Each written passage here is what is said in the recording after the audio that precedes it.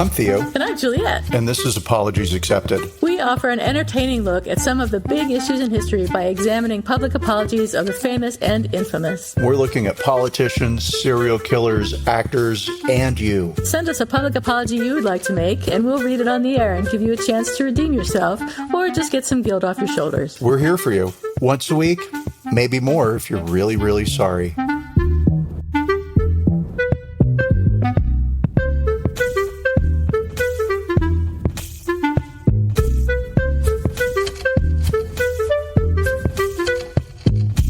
Hi, everybody. This is Apologies Accepted, the podcast. And I'm not Theo. And I'm not Juliette. I'm not. And you never will be, no matter how hard you try. Or really how many not. prayers you say at night, or how many times you give, what is it called? You give offerings to the gods? Not sacrifices, but alms? Offerings. Offerings. Okay, cool. Anyway, we are ourselves. That is all we'll ever be. And we have to cope with that. So what's shaking bacon? It has been a week. It's been a week, and what a fun week it has been. Gosh, It has been a week. So let's not talk about what a week it's been. Instead, let's talk about, you may remember that I stupidly lost my very expensive eyeglasses, which I paid a lot of money for, and I didn't need because they're just readers, and you can get readers for $9 at Target or at the 7-Eleven. They basically hand them out on street corners for free. Sure. Right. And no, I had to have the expensive eyeglasses because I was like, I'll see better. And they're a smidge better. Anyway, I lost them. Couldn't find them. And I complained about it for a couple of weeks. Apparently, I complained about it so often that when my birthday rolled around, James knew exactly what to get me for my birthday, which was a replacement pair of eyeglasses. So he went to that eye doctor and was like, hey, this is your patient, and we just need another set of these. And how thoughtful. That was very thoughtful. And I was like, best gift ever. What an amazing gift. Thank you. It's really thoughtful. And yay, now I can stop complaining about how I lost my eyeglasses. Don't tell me you lost them again. No, that's not what happened. That would be funny. That would be really funny. But no, wouldn't that be awesome? And then I lost those.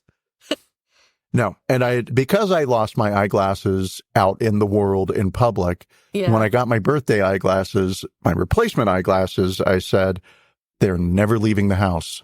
Right. These are made of gold and they are never leaving the house. These are so important. And so we had some visitors in town and they got to the back seat of the car.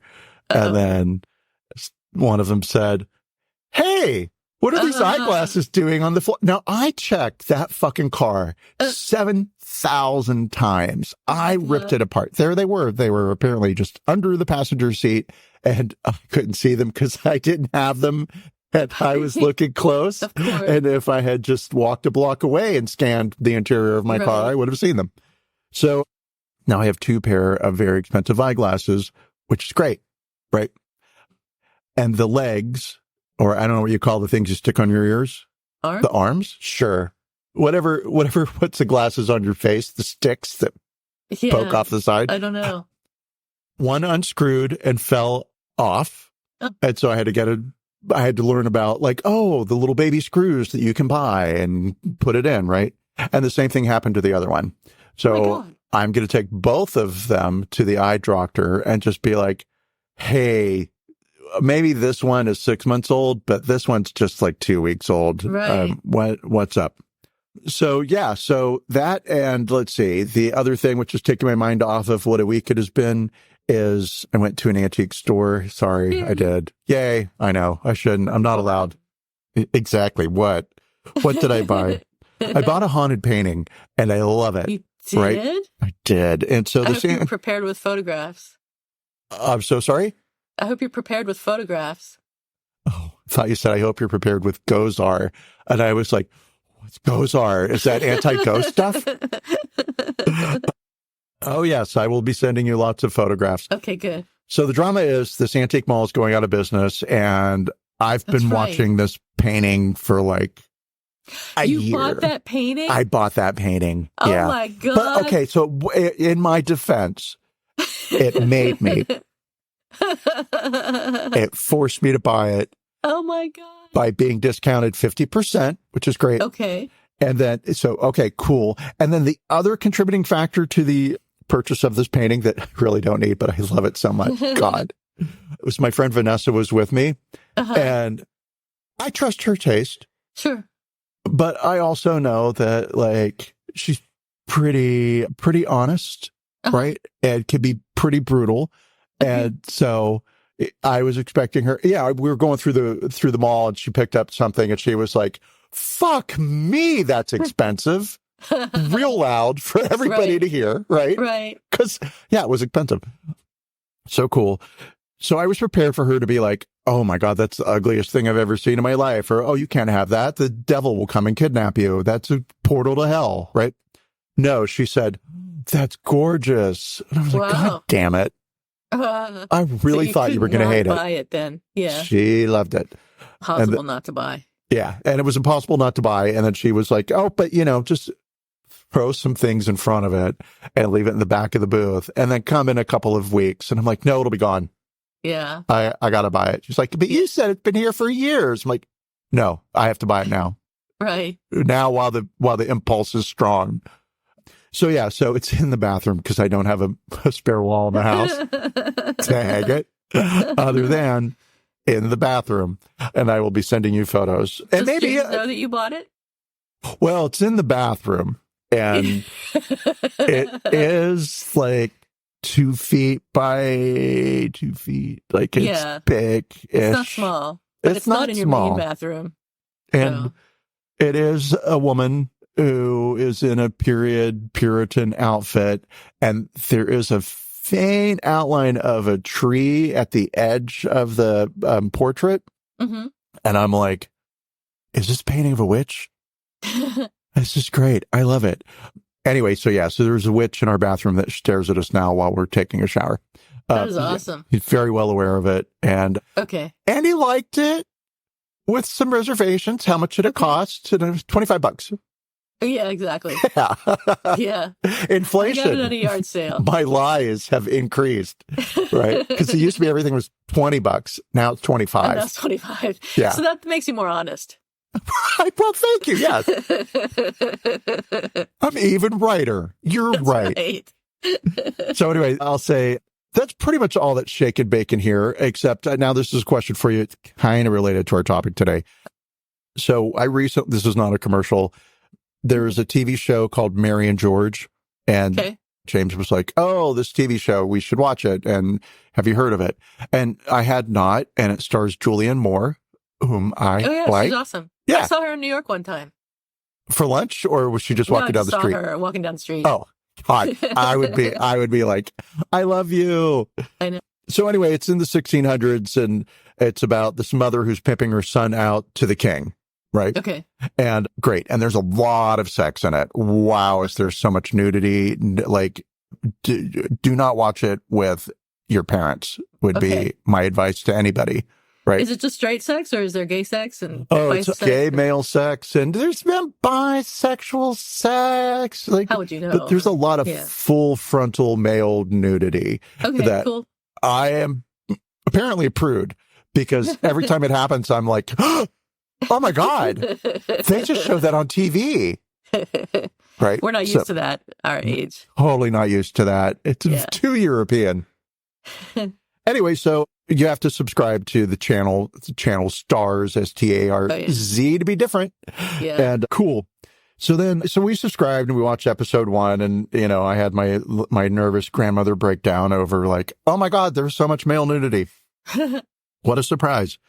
And then the next day, James said, "I'm getting all these ads now for Stars."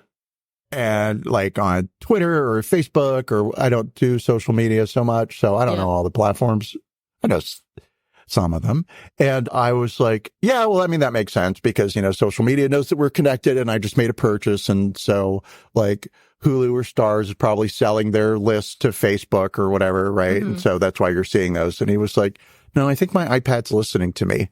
And so I was like, "iPad is not listening to you. So you also don't do social media." So my question now, I realize, is I frame it and get ready to pose the question, it's just going to fall flat. Have you been seeing any ads for stars with a Z? No. God damn it. Okay. But I think that my computer is listening to me too. And I'm pretty sure that it is because Siri will pop up if you say, hey, Siri. So obviously it's listening to you. Because otherwise, how would it know that you said, hey, Siri? So, and I do get ads for things that I've been interested in or looking at on social media. I do TikTok. And, if I outside at the Arboretum or something, I'll get ads for botanical gardens. And how does it know? I have no idea. Geolocation. Yeah, probably location. Yeah. Yeah. But I love the idea that like technology is starting to merge with us, which does kind of get into our topic today. But before we get there, okay, so what's shaken bacon for Theo? So what's shaken bacon for you? I still don't have a chair. For those who are following the saga, I just cannot bring myself to pull the trigger on an ugly chair, and only an ugly chair suits my needs. So I don't know what I'm going to do. I guess I'm destined to have this ugly chair that is too short and doesn't work forever. But stay tuned for developments on that. I'm sure I'll update everyone when I eventually buy a chair that works. But in the good news, I have finally decided when to go to New Mexico and Arizona, which I've been trying to decide for, it seems like, years. So I'm going to go the first week of June. I'm going to go to New Mexico and hang out with my cousin for a week, and then my cousin Gwen, and then go to Arizona after that for a week and then come home. I've been putting it off because there's a project that I'm working on where I have to be on site for a couple of days a week. And it was supposed to be over. Well, originally it was supposed to be over the end of April, probably the 1st of April, and it got delayed because there's another project that they're working on that takes priority. So we have to wait until that project gets completed before we can really start work on this other project. Anyway, they finally said that they're going to extend the project to June 1st. And I told them, that's fine, that's great. But if the project goes farther than June 1st, I'm going to be working remotely, whether you like it or not. So we'll see if they fire me. But I don't think they will. I think it'll be fine because there's no earthly reason, honestly, for me to be in that office because I'm there 2 days a week. One day, no one else is there because everyone else is working from home that day. And the other day, no one says hi to me or even looks at me or anything. So there's absolutely no reason for me to be in that office anytime. So anyway, I'm looking forward to going to the Southwest, the desert Southwest, as it so romantically is called. And that's about it. That's all my bacon for today. Well, good. I'm glad that you have no chair. Yeah, no chair. Keep your eye out for a good chair. It just needs to have arms. That's the only thing. I have a hard time not inserting myself in situations where it's like, help, I have a problem. I'm here. I'll do the tracheotomy. I'm here. I will do all the computer programming. I am here. I will stop the Earth's rotation so that climate change disappears. Excellent. So yes, every time I'm in the outlet, which embarrassingly is still once a week, I see chairs that have arms, and I'm like, I wonder if that chair would be any good. But they're so expensive, even at the stupid outlet, even with discounts. You may as well just get the chair that you wanted, but it doesn't have arms. It doesn't have arms. That's the thing. I would just buy the fucking chair I wanted. But speaking of which, I have found a desk that I want, which is like $1,900. And I looked at it like I was getting ready to buy it. So I can't buy it yet because the electricians are here doing work this week and they might be extending into next week. And I can't, have somebody come and install the desk and put it together or set it up while the electricians are here. And we don't really know how long the electricians are going to be here. So I have to wait. But on the other hand, the website says buy now, quantities are limited. So I'm freaking out about that. And on the other hand, I calculated how much it was going to cost with shipping and taxes, and it's $2,500. I'm like, Brett, I can't spend $2,500 on a desk. And he's like, I just spent $2,000 on a chair. And he's like, you can afford this. I'm like, well, I can afford it, but I was kind of hoping to have some money for retirement. So. Well, you could live under the desk. I mean, if you think about it, I might have it is for retirement. Desk. Yeah, that is my retirement plan, is my desk. So anyway, that's all that's going on with me. Today, let's talk about Grimes. Do you know who Grimes is? Did you know who Grimes was before we started doing research for this story? Not a clue. Didn't even know that I knew her, right? And so last night, somebody said, oh, you sent a text and you were like, hey, when's Grimes' show? Yeah. Right. And I was like, oh, I didn't realize that she would be performing on a following weekend because I know nothing about the format of Coachella or the story that we're doing tomorrow. And so I mentioned something to my friend Vanessa, and she went onto Google and she was like, oh, her kids are named Mechanical and Yeah. Techno and something else, right? And she was like, I hate her. Oh, and she was married to Elon Musk. And I was like, Yeah. oh, fuck. Yeah. Oh, no. I thought she was just some art musician I'd never heard of before. But, oh, God, we're going to go treading through the garden of Elon Musk again. But not really, because they're divorced. Thank God. So no, I only had the vaguest. But now I know a bit more. Now you do know a bit more. Her real name is Claire Boucher. She's from Vancouver. I almost forgot the name of Vancouver. She's from Vancouver. She's a musician, singer, songwriter, and producer. She became famous in the music industry for her unique blend of electronic pop and experimental music. And she's released several critically acclaimed albums, including Visions and Art Angels, which showcase her distinctive sound and creative vision. Beyond her music, she's known for her eclectic style and involvement in various artistic endeavors, making her a prominent figure in contemporary pop culture.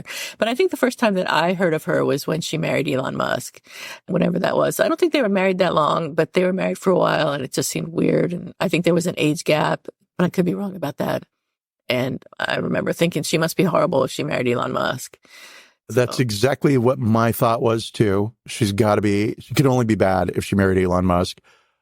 And then I had it in my head that she was just kind of a DJ, but no, it turns out she actually writes music and performs, plays all the instruments herself. And so she's much more than just a DJ. No offense to the DJs out there. So yeah, she does seem talented. So I did not listen to any of her music, and I should have. And I was going to watch the set last night, but I got distracted on TikTok and forgot. So, so I did not watch the set last night, but I saw someone tweeting about it, said it went well. So we'll talk about the set the previous week, though, which is a different story a little bit later. But speaking of her having to be a horrible person because she married Elon Musk, in a May 2023 interview, she said that she kind of likes the patriarchy, saying it was the vehicle that brought civilization, although it's sort of oppressive and almost all the systems of modernity are broken. That same year, after members of the r/Grimes subreddit documented her affiliations with far-right figures, Grimes responded that she was proud of white culture. I'm called a Nazi because I happily am proud of white culture, she tweeted. I have missed all of that in my air quotes around research. I did listen to some of her music. Wow. Okay. What did you think of her music? Well, I'm going to say that explains why she married Elon Musk, because he is completely a Nazi as well, in my opinion, Elon. Right. And it was okay. I mean, it's electronica.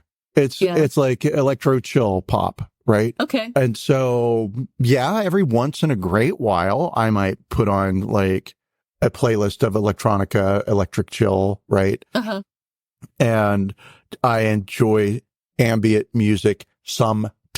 Could I name one single group that I like? Not a one. But there was somebody that I listened to a lot in the late 90s, early 2000s, and I would like buy their album, and I really liked them, and escaping me now, right? Because I'm not a big music person. Right. It's just ironic because I live in Austin, and we're going to be moving to Palm Springs, and that's South by Southwest, a huge music festival, and Coachella, another huge music festival. And I live in both towns. I don't know shit about music. So I wonder who that band was that you listened to. I'm gonna be super curious until you find out and tell me. Okay, well, I will scroll through the 2000 albums that we have. Once upon a time, I could have just walked into a room and like run my finger down the wall and been like, okay, all of this. Now everything's digitized. So I've got it somewhere. And I know the minute I see them, I'll be like, oh, yeah. And I'll listen to them for 5 minutes. And then I'll be like, this is why I stopped listening to electronica. I will say that I did find Grimes' music, that 2 songs I listened to while I was working on our podcast, to be repetitive and sort of just a lot of like heavy beat music. Dun, dun, dun, dun, dun, right. And that's not my thing, but I could hear that, yeah, there was structure, there was some music, there was, there was a point to it. It wasn't just noise. Anyway, I've completely derailed you. And I did watch there's like a 1.5-minute clip of her meltdown on stage at Coachella. And during the I couldn't really tell that she was, I don't want to say meltdown. If you had told me that was part of the act, Yeah. I would have said, all right, great. It's electronica. Have at it. Right. Just like punk music. We threw up on stage on purpose, not because we were hungover. That does happen sometimes. Yeah. So as you were mentioning, or as you were alluding to, last weekend, she apologized to fans after having technical difficulties during her performance at the Coachella Valley Music and Arts Festival, which is one of the world's largest music festivals. She explained that she had outsourced certain aspects of her show setup, which led to issues with the tempo of her tracks and monitor displays. According to Variety's Jem Aswad, nothing was amiss during the first half of Grimes' set, which kicked off with Grimes entering on a giant robotic spider, which I wish I had seen. But things began breaking down during the second half. On Saturday, Grimes lived what is probably the nightmare of every Coachella performer, debilitating equipment malfunctions in front of thousands of fans and possibly millions watching online. She tried explaining the problems had to do with the programming of the tracks on her mixing deck, but her frustration was evident and she shouted and shrieked into the mic as things broke down several times. But by even the most charitable metric, it was a disaster. Isabel Armitage for Clash Music explained, one component part of being a DJ is learning how to think on your feet. An experienced DJ would have sidestepped the fumble intuitively. Grimes' set was evidently pre-planned and prescriptive and not of her own doing. And on April 14th, Grimes apologized on Twitter, which we'll read in a moment. And then on April 18th, she posted on Twitter, "Who's ready for Coachella weekend 2? I will cap the disarray at a maximum 10 seconds per song. I don't know if there's ever been a more rehearsed or fine-tuned Grimes set." So that's my story about Grimes and her music and her disaster. I did not watch the clip of her freaking out, but did she really scream? She shouted into the microphone, but she wasn't shouting at people. I think she was trying to explain to the audience what was happening, right? I see. I did listen. So famously, and I will repeat again, I know nothing about music, especially when music merges with math, right? So when you start talking about beats per minute, I just hear wah, wah, wah, right? So I listened to this podcast. It's a couple of DJs, and they were talking about how she fucked up, right? Okay. And they basically said, "Oh, she just doesn't know the basics. How can you be a DJ and not be able to at least mix by ear?" This is the problem with artists, air quotes around artists these days. And they just come in and they hit a button, right? And then when something happens during a live performance, well, they can't think on their feet. They can't fix it. They can't take the mistake and make it art. All they can do is stand there and shout at the audience about how things are fucked up. And apparently she outsourced her music library to somebody to have to a company to have them organize it for her. And as somebody who, I don't have a music library. I mean, I think everybody has some sort of a library. You've got a small collection of books, a small collection of CDs, right? Or big playlists, whatever. Whatever you people do with your collections, you have a way in which you approach your collection so you can find things, right? Some people organize by color, some are straight alphabetical, some do by feeling, right? Whatever. So why would you take something as crucial as your library and give it to somebody, an outside third party, and tell them to organize it for you?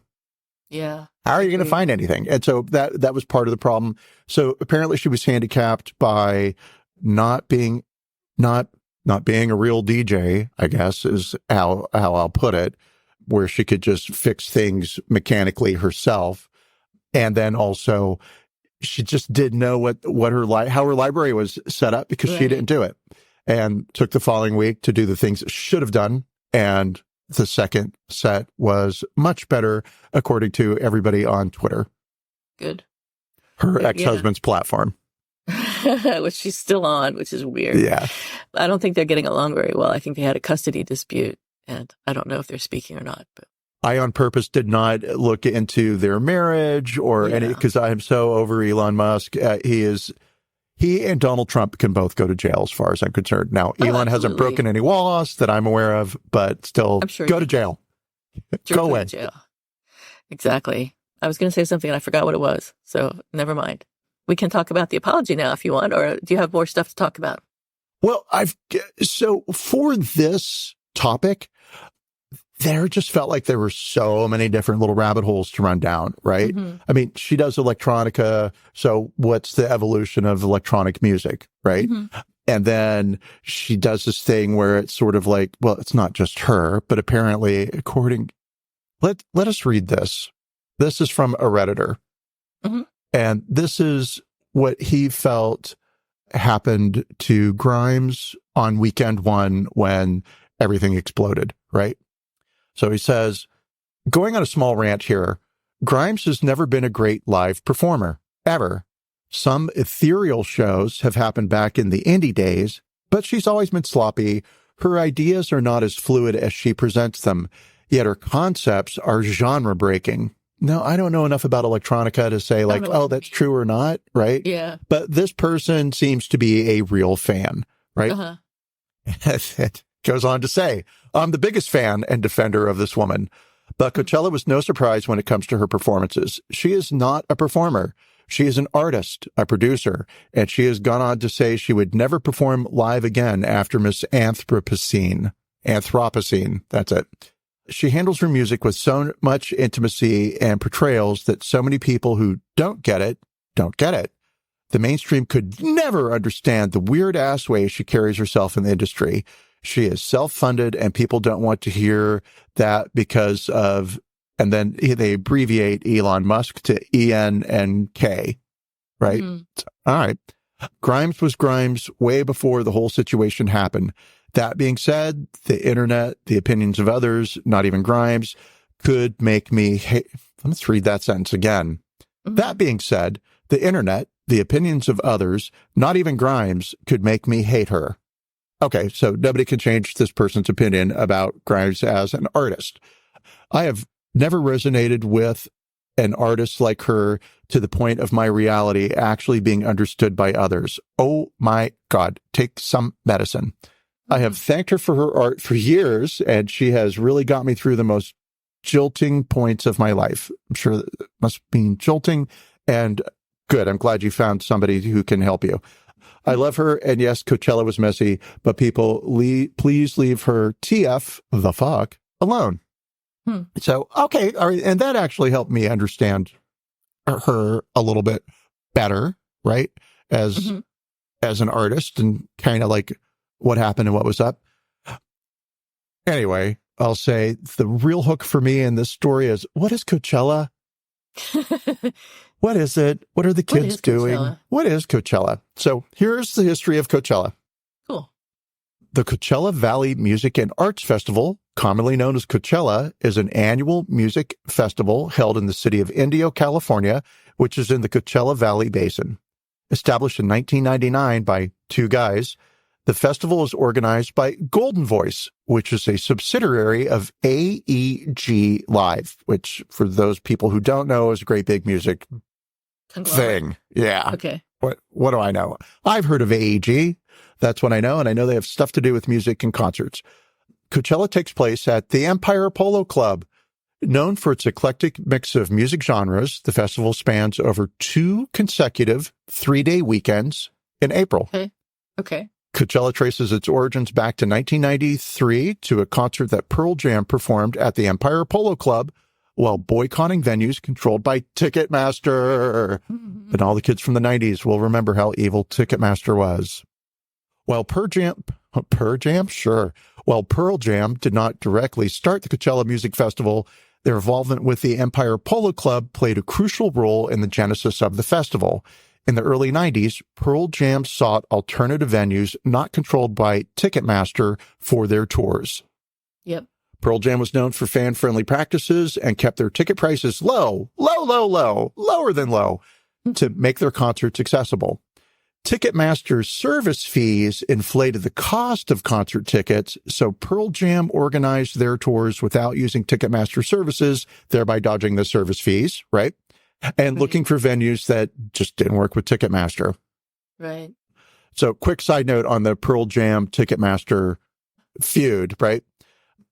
The conflict escalated to the point where Pearl Jam filed a formal complaint with the U.S. Department of Justice in 1994, alleging that Ticketmaster was engaging in monopolistic practices. The feud highlighted the tensions between artist control and corporate practices in the music industry, though ultimately the Department of Justice did not take any action against Ticketmaster, and Pearl Jam was forced to return to using its services. And now their tickets are $600. Probably, yeah. And boo, well, Pearl Jam, you tried to fight the good fight. Yeah. So Pearl Jam chose the Empire Polo Club in Indio, California, for a concert that would highlight the venue's potential for hosting large-scale events. The successful concert, attended by approximately 25,000 fans, showcased the venue's capacity and set a precedent. The positive experience and the venue's capabilities inspired Golden Voice, the concert promoter, to later create the Coachella Valley Music and Arts Festival in 1999. The first Coachella Festival was held over 2 days in October in 99, featuring artists like Beck, the Chemical Brothers, Tool, Morrissey, and Rage Against the Machine. All bands I know. All music stopped in the 90s for me. Despite receiving critical acclaim, the inaugural festival struggled financially and was not held in 2000. In 2001, Coachella returned as a single-day event and switched date to April. From 2002 onwards, it expanded back to a 2-day format, and in 2007 to a 3-day format. The festival's scope and scale continue to grow, reflecting its increasing popularity and the booming cultural interest in music festivals. Everybody's trying to recapture, I almost said Woodstock. Coachella is noted for its diverse lineup and has been instrumental in reuniting bands and hosting performances for some of the biggest names in the music industry. Over the years, Coachella has featured a wide variety of genres and performances from artists such as Beyoncé, Prince, Radiohead, Daft Punk, Dr. Dre, and Snoop Dogg, and whose shows have been landmark events in the festival's history. In addition to Coachella, it's also a showcase for the visual arts, including art installations and sculptures. Many of the art pieces are interactive and are scattered across the main grounds between stages, allowing attendees easy access. The festival's art installations have grown in scale and ambition over the years, mirroring the growth of the festival itself. And then, of course, there's huge economic impact to the Coachella Valley and the surrounding.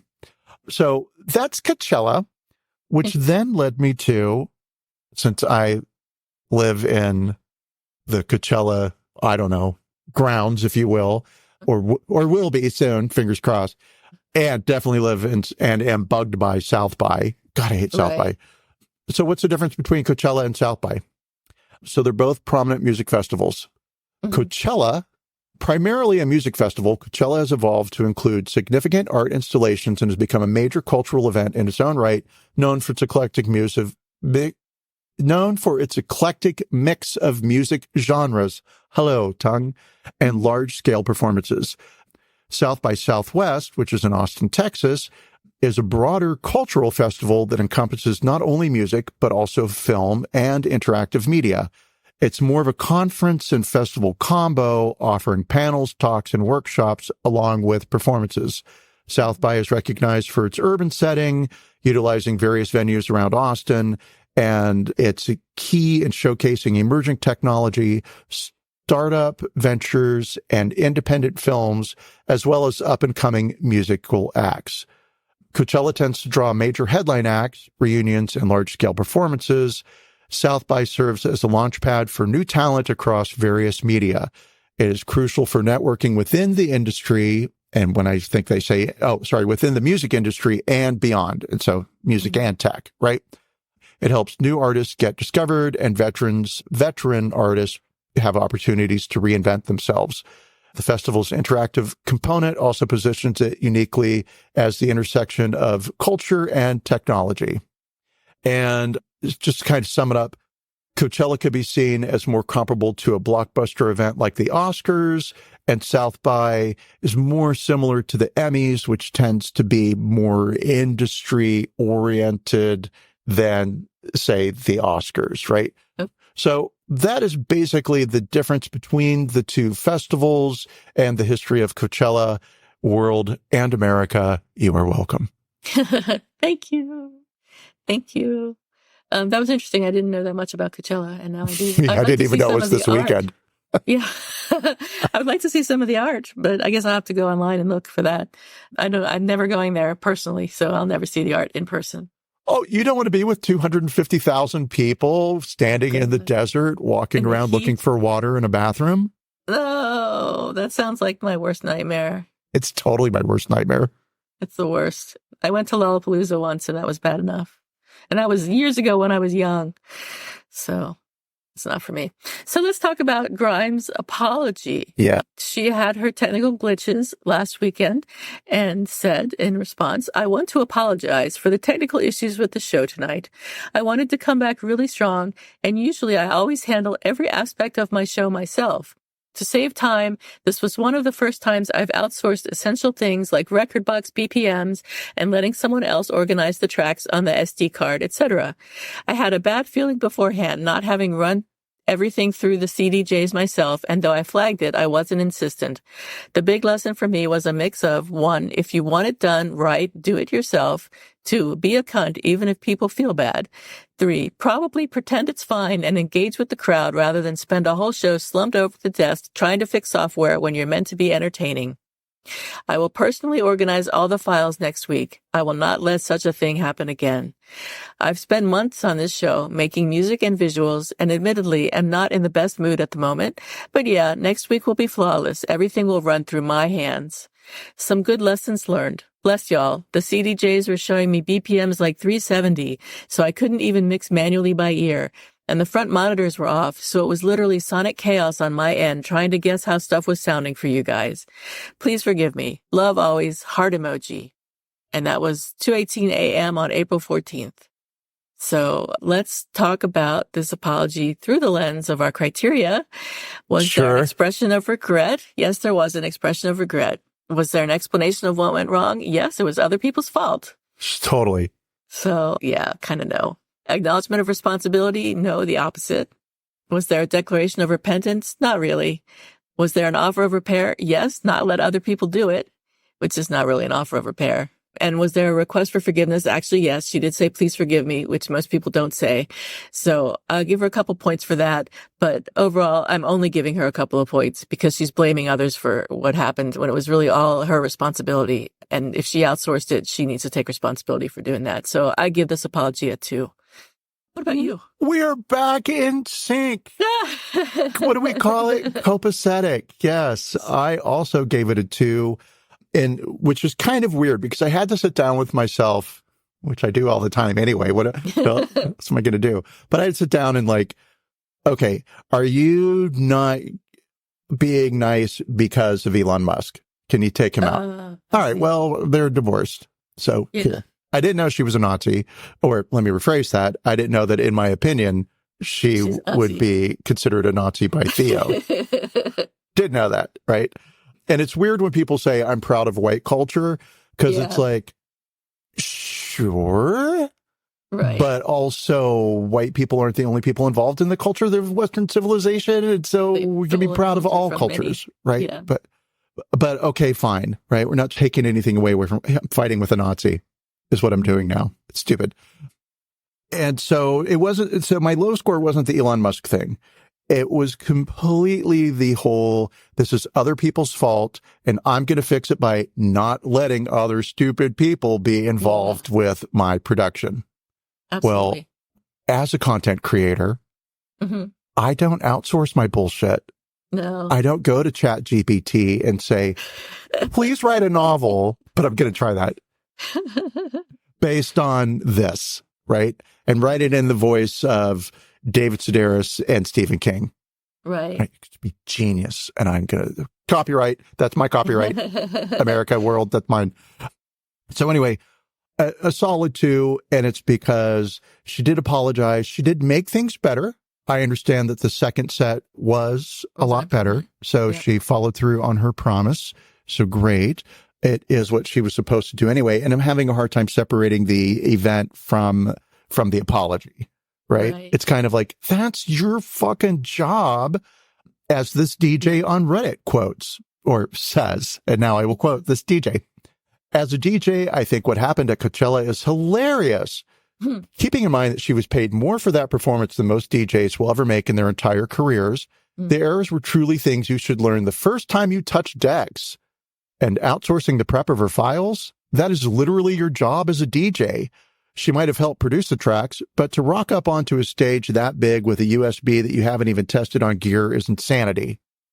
Okay, I don't know enough about, don't even know half the words you said, but I agree. So again, having a hard time separating the event from them, but it's a 2, and it's a 2 because she continues to blame others. Yeah, absolutely. Agreed. And boo, I wanted to be a fan. I wanted to be like, oh, I've discovered this new artist. And I discovered she's a bit, I invented this new artist. Right. No, I wanted to like Grimes too, but I didn't even listen to her music because I figured I wasn't going to like it. Just from the pictures that I saw and various other things, I was like, that's not my cup of tea. So. Not the type of person for us. Exactly. Maybe next week we'll find some fantastic new artists that we could get behind. Or some old artists from the 90s once I trip over that electronic band that I used to listen to. That was. I'm dying to know. Me too. So do you have a who's sorry now or an apologies expected this week? I do. I have a who's sorry now. Exciting. Wait, no, I don't. I have an apology expected. But I also know I'm not going to get it, right?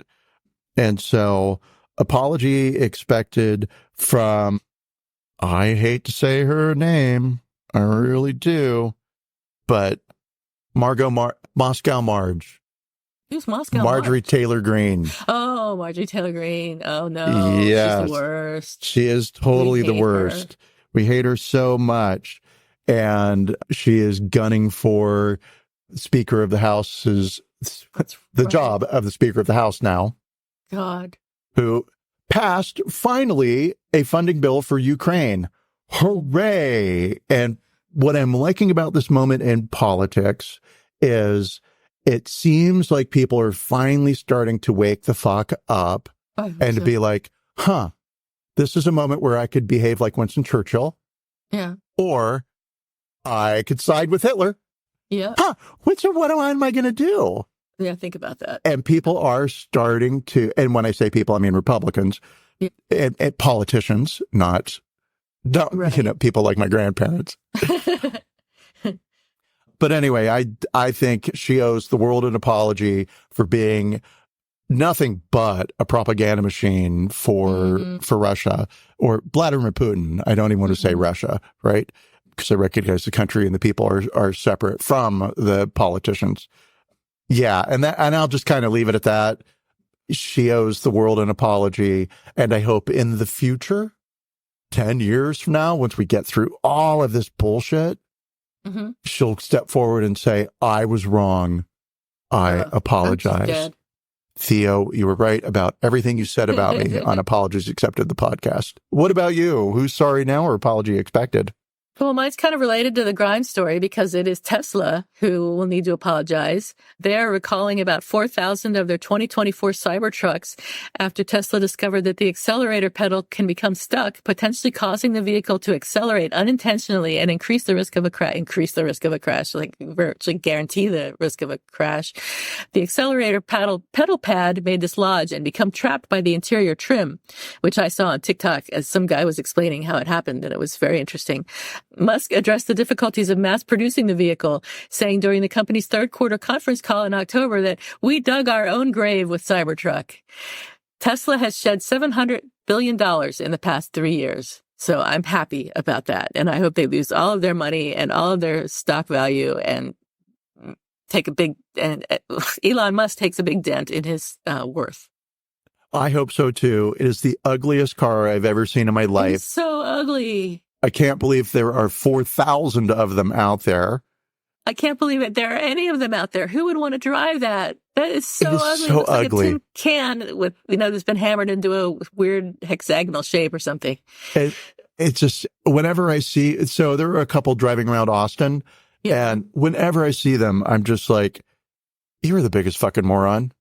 Right. Congratulations. I've never seen one in the wild, but I'm expecting to, considering I live in the Bay Area, and that's exactly what I would think.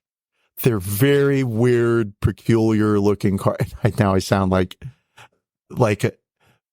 every person that was ever wrong about the advancement of time, right? Oh, It just looks weird. horseless carriages, they'll never catch on. No, these are a mess. These cars are a mess. And so are the other Teslas. So fuck Musk. Not literally. Fully agreed. I'll take it literally. Why not? We can make a movie of it and sell it for money. All right. On that note, I think that's it. Yes. On that note and on that visual, that is it. Have a lovely week, everybody, and enjoy. Yeah, stay cool, cucumbers. Yeah, you're supposed to say don't trip potato chip. Don't trip potato chips. And stay cool, cucumbers. We'll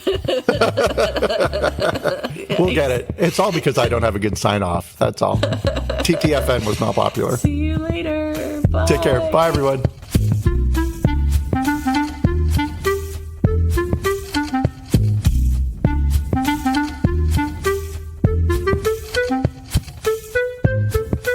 Thank you for listening to Apologies Accepted, the podcast. You can find links to the articles and the sources in the show notes. To submit an apology or find out more, visit us at apologiesaccepted.net, where you can also find our merchandise. We're on Twitter at Apologies Accepted. And on Instagram at apologies.accepted. You can support our important work at Patreon/Apologies Accepted. And fuck Facebook. Bye. Bye.